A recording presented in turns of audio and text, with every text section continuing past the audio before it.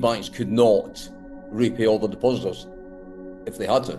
It's an impossibility. There will be bank failures, but this is not the big banks. They're sitting in these losses of hundreds and hundreds of billions of dollars, which if they were marked to market, that would be off the balance sheet today. It happened in the US recently. Silicon Valley Bank went bust, and for a time everybody was thinking, well, it's a fairly small bank in the scheme of things, and everybody was thinking, well, they're just going to let it go bust, which they should have done. But the government, again, just bailed it out. But what happened after that, everybody was moving the money from the small banks into the big banks. The same applies to any third party that's holding your money, and that includes crypto exchanges. Now, you shouldn't be holding large amounts of crypto on an exchange. For one, it can easily be seized by governments or creditors who are busting them to own right. Please don't forget to like, subscribe, turn on post notifications, and join our Discord chat room linked in the description so you can see these plays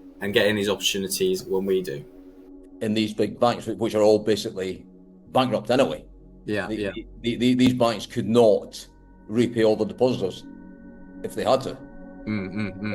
It's an important. There will be bank failures, but this is not the big banks. You know, when you think about how the banking system works, and most of the problem nowadays is almost nobody thinks about how the banking system works, because everybody assumes that they'll always be bailed out, which I guess has been true up until now.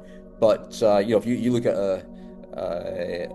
America's biggest bank, for example, Bank of America, it's got something like $2 trillion in customer deposits, and their equity is about 200 billion, between 200 and 300 billion. So there's no way that it could pay out all the depositors. Even if 10% of the depositors want their money back, it's not happening.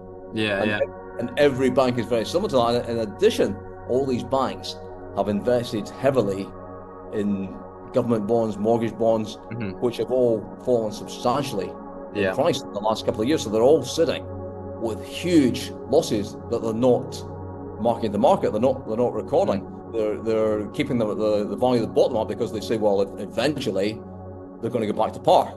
As if you buy a 30-year bond in 30 years, you get par back for it. But they're sitting in these losses of hundreds and hundreds of billions of dollars, which if they were marked to market, that would be off the balance sheet today, and their equity would be down by 50%. So everybody gives these big banks a pass. But the reason for that is everybody just says, well, they're going to get bailed out, aren't they? And it's true, they are going to get bailed out. But how much money is the government going to have to print when it comes time to bail out Bank of America? And there will come a time where it has to have to bail out Bank of America and all the big banks. But it means massive printing of money, which is, do you want to be in this asset, this fiat currency, that can just be printed like that to bail out everybody that didn't do their due diligence on the bank that they're using? And I've got sympathy for people that have to use banks, that have their money in banks, because it's the governments have made it so difficult for new entrants to come into that marketplace that we're stuck with all these big mega banks, which are, to use an old term, too big to fail, and that's absolutely true. They are too big to fail. But to me, that's why this whole concept of central banks and regulation completely fails, because it means that nobody does any due diligence anymore on where they put their money. Imagine if you had to think about putting your money in the bank, and you had to think, well, what is my risk here? Could this bank go out of business? And that's what we have to do if we're investing money outside the main markets. If you're going to open a bank account in Andorra or Liechtenstein, for example, you're going to do your due diligence. You're going to have a look at that bank's balance sheet. You're going to have a look at where are they lending the money. You're going to say, right, if I give this bank $1 million, $5 million, what's the chance of them losing? Am I going to get my money back? Is this bank going to be in business in 5 years' time? So you're going to go to the banks that have been in business for 100 years. You're going to go to the banks that don't have huge exposure to risky lending or to government bonds that could crash and burn ultimately. So but nobody does that if they're living in one of the big countries like the US, UK, the EU, because they just assume that every bank will be bailed out, which is, and in the case of the big banks, that is likely true. It happened in the US recently. Silicon Valley Bank went bust, and for a time, everybody was thinking, well, as a fairly small bank in the scheme of things, and everybody was thinking, well, they're just going to let it go bust, which they should have done. But the government, again, just bailed it out. But what happened after that, everybody was moving the money from the small banks into the big banks, the ones that are considered too big to fail, with some justification, because there's no way that Bank of America goes bust. It should. Yeah, it's disgraceful. I mean, there's so many points here. I mean, the point about faking it till you make it is totally true. The fact that they try and take, governments and banks try and take the morally high ground of things, they're bad at managing money. I mean, if you look at, even you saying Silicon Valley Bank, I mean, Metro Bank, I'm pretty sure got bailed out, was it in 2016, 2017?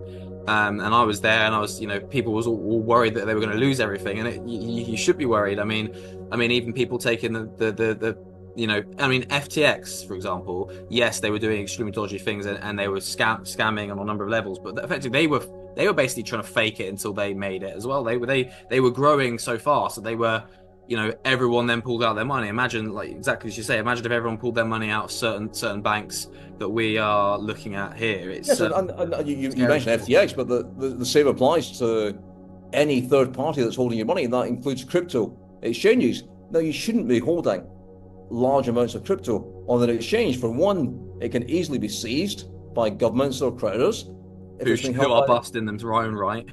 Yeah. It makes no sense to hold a large quantity of money in a crypto exchange, and you don't know what that exchange is doing with your money. In the case of FTX, they were doing all sorts of weird and wonderful things with money that was held on the exchange, with crypto that was held on the exchange. Nobody knows what these other exchanges are doing. So if you're going to hold crypto as an asset, which I think you probably should for at least part of your portfolio, if you're going to hold Bitcoin or any major crypto, hold it in your own wallet. Don't hold it in an exchange until you have to sell it.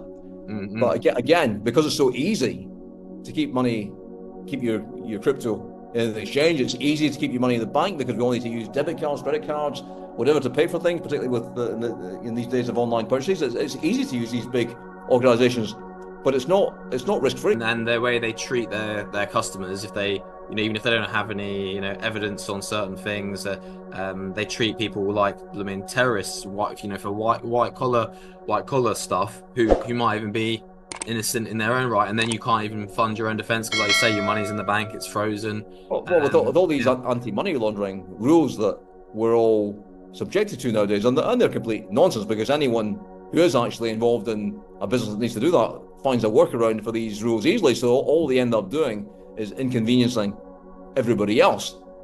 But distant parties, any money that you've got sitting in the bank, you don't own it. It's if you're putting money in the bank, you're lending the money to that bank. You're making an unsecured loan to the bank. In many cases, if you have a tax debt, if you're involved in litigation, if you're involved in a divorce, if the government is coming after you for some obscure reason, your money will be frozen potentially for years, and you've got to fight to get it back. So it's a very bad place to store your money. And in addition to that, with all the increases in interest rates that we've had in the last year or two, the banks have not passed that on. The banks are still only paying something like 1.5, 1.7% for deposits, whereas you can. I don't recommend putting money in government bonds and treasuries, but you can take away the bank risk and you can get an automatic 4.25% with using Treasury Direct and lending your money directly to the U.S. government, for example, and anyone can do that. Same with bonds for other countries. So there's no reason other than convenience to use these big banks. And as we've spoken about many times before, my preference is to hold as much of your assets as you can completely outside the banking system, which is why Bitcoin was such a great idea, because it takes the central authority out of the system. You can be your own bank if you hold your Bitcoin in your own chain of custody. So that is why Bitcoin was to our videos. Such a great idea. So you've got Bitcoin, you've got gold, you've got things that can be held outside the system. So if you hold gold, there's no point holding gold and having it in a bank, because it's not safe. If that bank goes down, you're not getting your gold. There was there is a precedent for this. The US government, I think in 1933, they revalued gold. Gold was held at a fixed price back in the 1930s. $1 was equivalent to 1/20th of an ounce of gold. And the government decided that they were going to devalue the dollar. And in future, $1 was going to be 1/35th of an ounce of gold. And what they said was that people then couldn't hold gold. They had to hand in the gold coins or gold bars to the treasury. And what they did was anyone that had their gold in a bank safe deposit box were only allowed to open their bank safe deposit box in the presence of an IRS officer. So you couldn't go and take your money out of the bank without handing it over to the IRS. Of course, if you had your money, your gold coins at home, you'd have to be a complete idiot to go and hand it into the government. Yeah, exactly. At that stage, I'm sure there are a few straight up theft, isn't it? It's people don't know these stories, and we have covered them before. And it'd be great to. I'm just going to probably link a few of the videos. When you were just talking about, how you allocate. You're basically talking about how you allocate your portfolio, and we touched on it before. It's like 70% is in gold, and commodities, and that is, those things are going to go up. But you don't see that. People need to realize that that's not, that's not an investment. That's just a store of wealth. That's just, you have that. Yes. 70%. Gold is money. I probably bang on about this every video that we do. Gold is money. Gold is something that you hold forever. Mm-hmm. You can sell it if you want to invest, you want to buy a house, you want to buy other types of assets. But gold is money and should be the foundation of any portfolio. Yeah. And then we were saying, 20% in stocks, and you do those, investments in some of the small caps that can go 1,000%. And then the last bit was just, 10% or, a year's worth of wages. So definitely link that video. But also linking, what to do was, a video we did on, tax havens and offshore havens to where to set up your banks and stuff. And you were talking about Andorra earlier in this video. But that video I'll tag. Yes, I think everyone who can.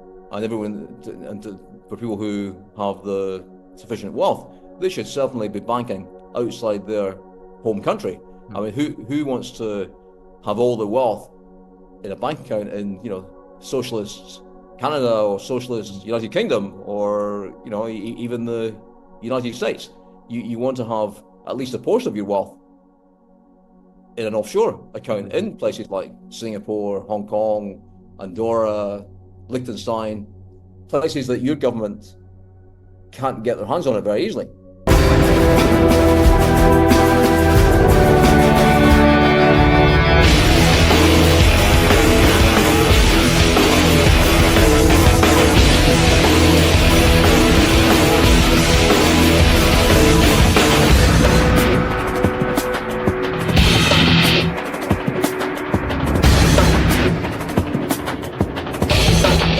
As for me, I like the stock. Order filled.